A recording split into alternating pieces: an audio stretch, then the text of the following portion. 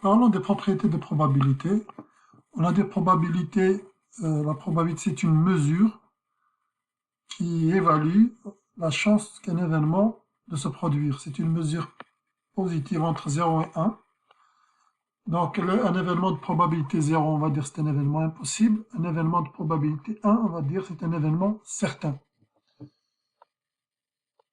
Le contraire de A, ou le complémentaire de A, ou bien on l'appelle non A, tout simplement non A, le contraire de A.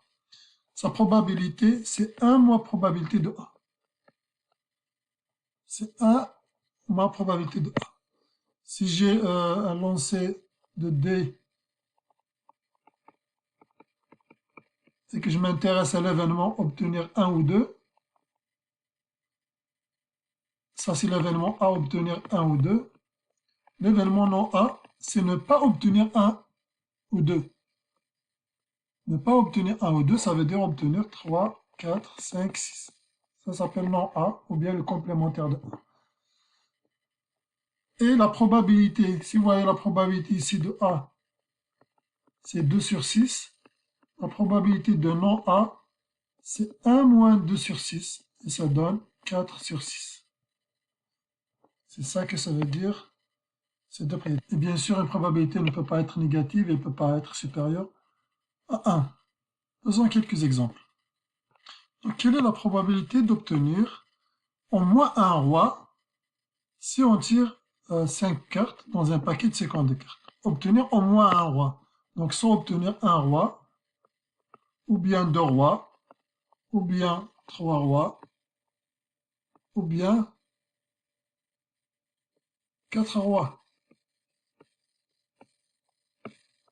Donc, on peut calculer le nombre d'événements, le nombre de cas favorables à cet événement A, qui consiste à avoir un roi, ou 2 rois, ou 3 rois, ou 4 rois.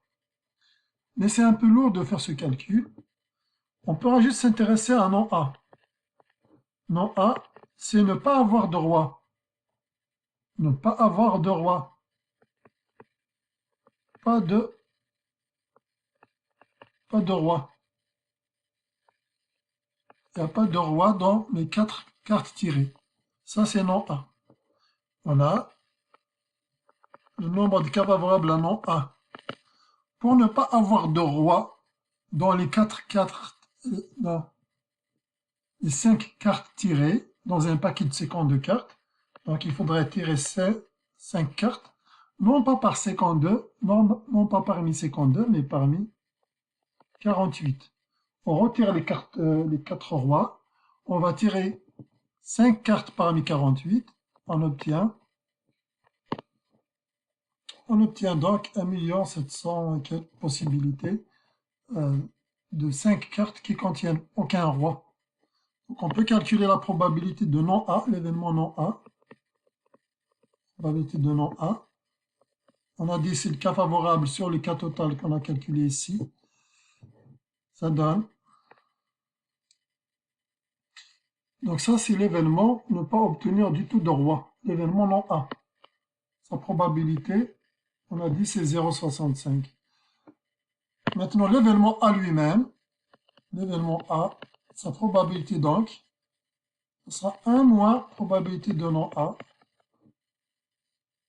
Et ça sera égal à 1 moins 0,65. Ce sera donc 0,34 à peu près 1,1. Ça, c'est la probabilité de l'événement A. C'est 1 moins la probabilité de son contraire. En fait, ici, si je vois la formule, P de A, c'est 1 moins probabilité de son complémentaire. Donc, probabilité de son complémentaire aussi, c'est 1 moins probabilité de A, etc. Donc, voici un exemple de passage au complémentaire ou bien au contraire de l'événement.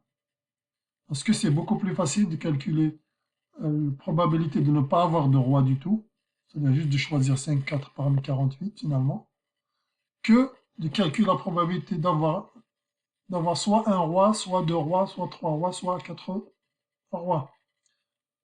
Faisons un autre exemple. Quelle est la probabilité au moins de personnes aient la même date de fête, jour et mois?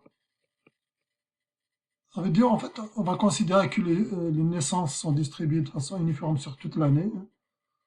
Dans la vraie vie, ce n'est pas le cas. La probabilité de naître en janvier ou mars ne sont pas les mêmes.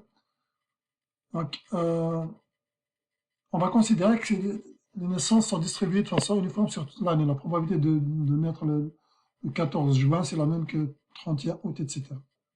En même temps, on va considérer que l'année contient 365 jours. Donc, on va oublier le 29 février.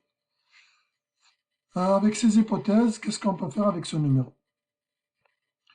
Dans ce numéro, quelle est la probabilité au moins 2 et la même date de fête? Donc, on peut avoir peut-être 2, peut-être 3, peut-être 4, peut-être 5, peut-être peut-être les 28, ils ont la même date. Ça, c'est impossible de calculer tout ça, c'est trop lourd. On peut considérer l'événement contraire. S'il y a au moins 2 qui ont la même date, on peut considérer son contraire. Toutes les 28 personnes ont des dates différentes. Les 28 personnes ont des dates différentes de naissance.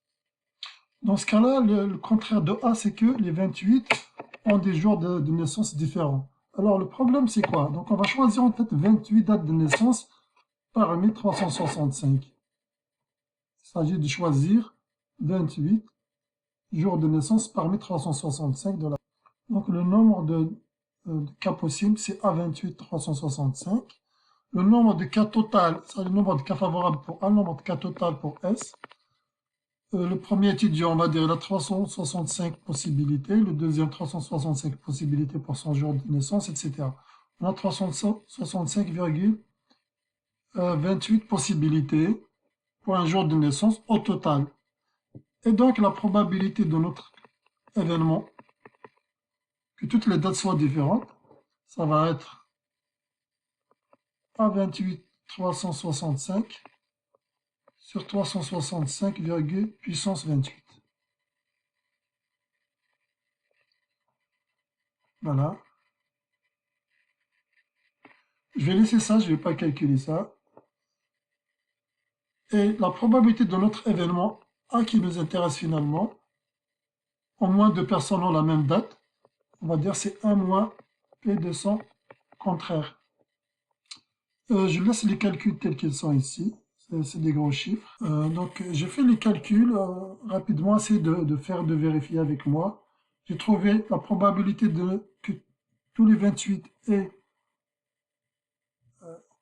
né dans des jours différents, c'est 34% de chance. Et que donc le contraire, au moins 2, ils ont un jour de naissance, j'ai trouvé 65% de chance.